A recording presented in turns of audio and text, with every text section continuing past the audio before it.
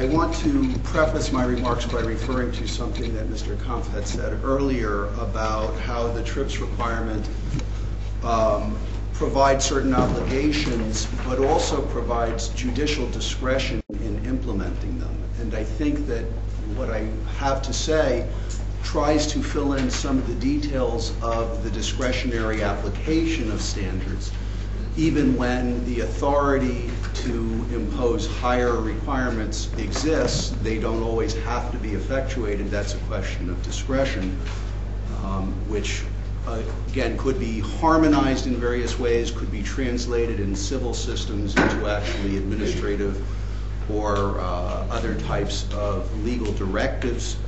But in the United States has traditionally been left to judicial determination on a case-by-case basis.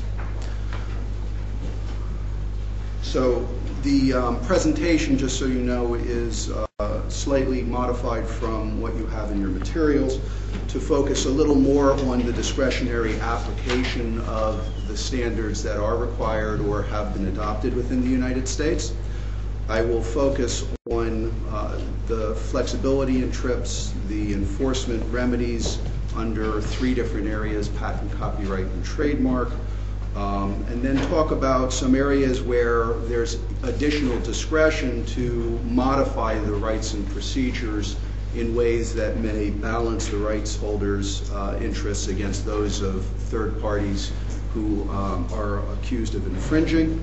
I'll also talk about the ability to challenge the rights of the rights holders where they may not be justified, or to restrict bad faith conduct, talk about some limitations on the exercise of intellectual property rights from different fields, and then talk a little bit about the state of U.S. competition law in regard to intellectual property rights and why other countries need not follow the United States model in that regard. In regard to enforcement, as you've already seen, there is the requirements to do various things, but they are stated at a high level of generality, and particularly in regard to Article 44.1, you have authority to enjoin infringement, but it doesn't necessarily mean that you have to exercise that authority to stop an infringement in every case. You can provide also damages adequate to compensate for the injury by an infringer with reasonable grounds to know. Article 43 provides that you may have the authority to order production of evidence in various cases, and that allows flexibility in regard to adopting evidentiary presumptions throughout the scope of different rights and conflicts that might occur. I'll come back to the issue of presumptions later.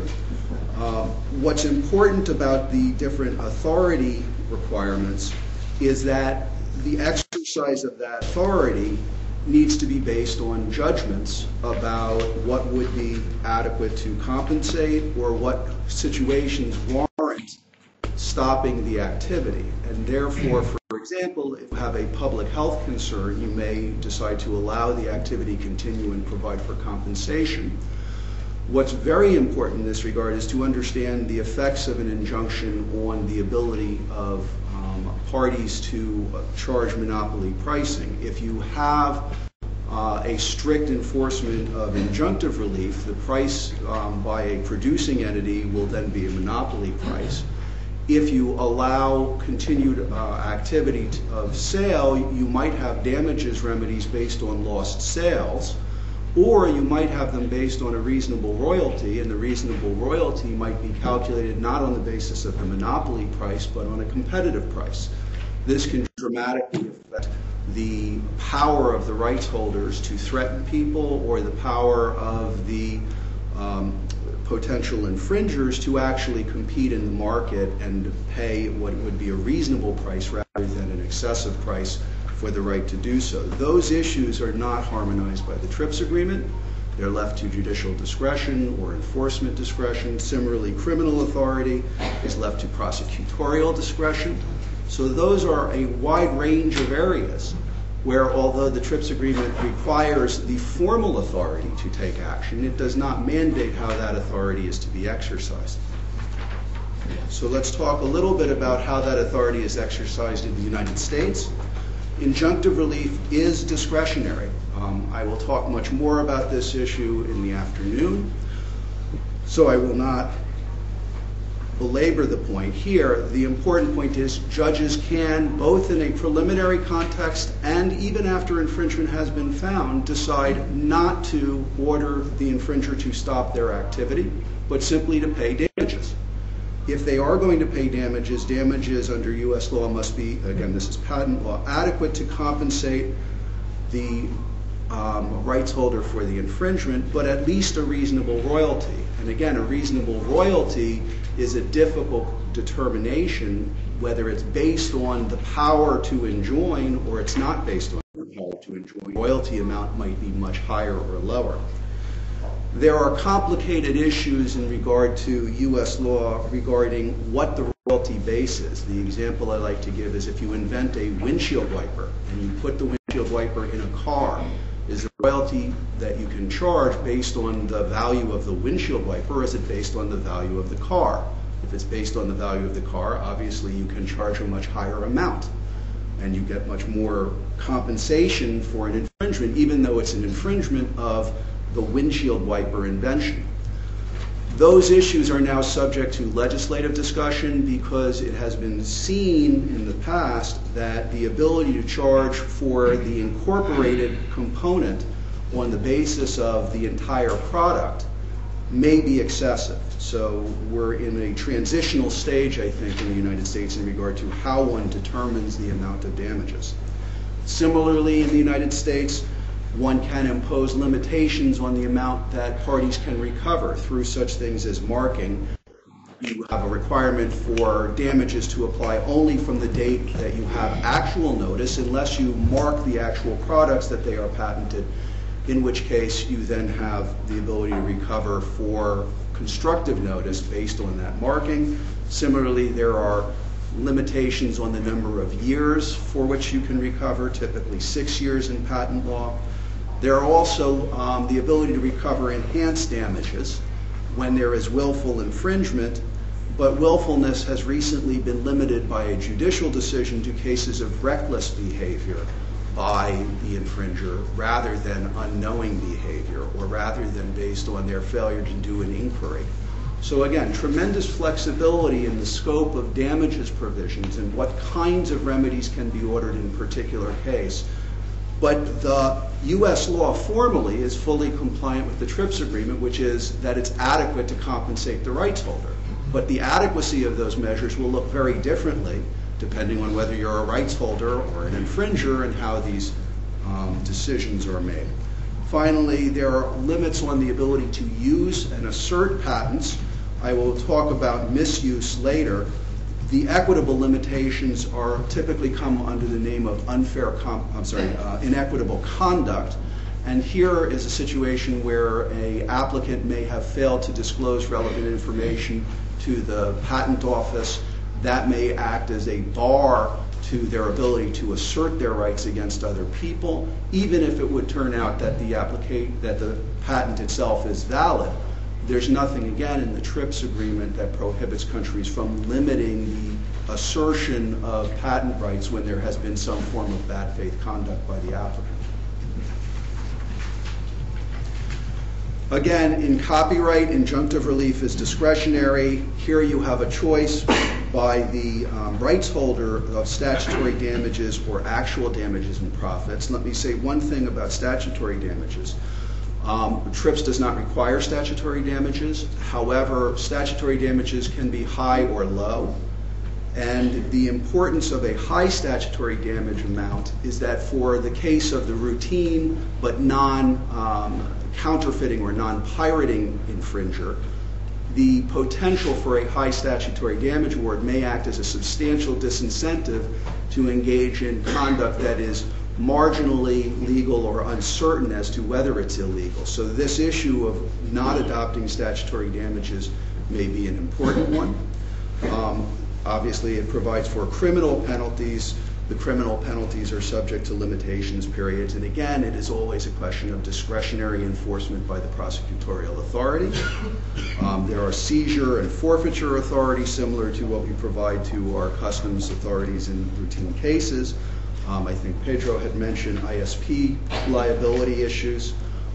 It's very important to create exemptions from monetary liability for internet service providers because otherwise they would choose not to host the content. Finally, and perhaps very importantly, although it's not specifically an enforcement issue, there are a wide range of substantive defenses that can get put into place in litigation, including what's called fair use defenses. In the interest of time, I will pass over the similar remedies and discretion in trademark law. Again, there's criminal counterfeiting, but it's for marks that are identical to or indistinguishable from registered marks, and there are a number of fair use defenses that also become very important.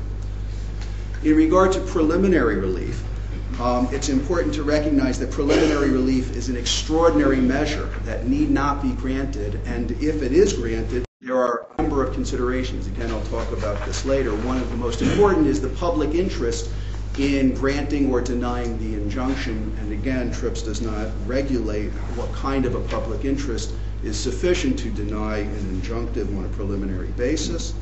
The other thing that is typically relied on are presumptions of the validity of issued patents or granted trademarks, copyrights to the extent they don't have an examination procedure, that's less of an issue.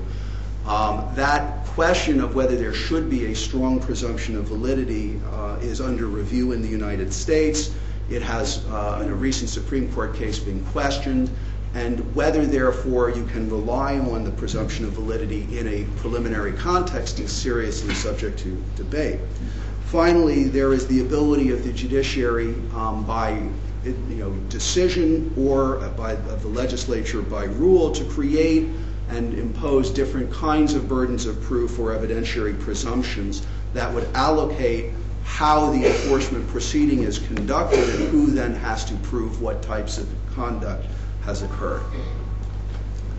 There are opportunities to challenge patent rights or other rights that have been granted before they are asserted.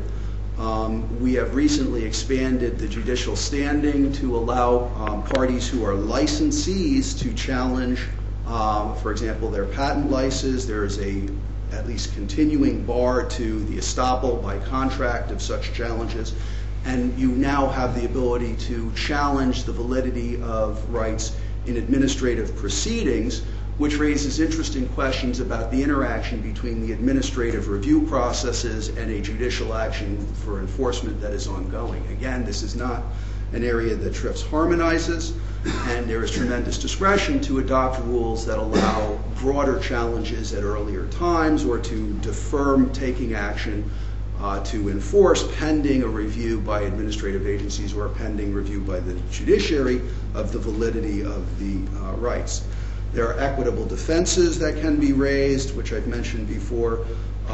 There's also the ability to bring antitrust suits when IP rights are used in an improper manner. Either you've obtained the rights by fraudulent conduct, or where you're simply asserting that your rights apply to someone when there's no good basis for doing so. You have the right to then sue for monopolization, and the bad faith conduct with the use of the intellectual property removes what might otherwise be an antitrust immunity to threatened suit. There's always abuse of judicial process that's available when people misuse their rights by asserting claims that do not have validity.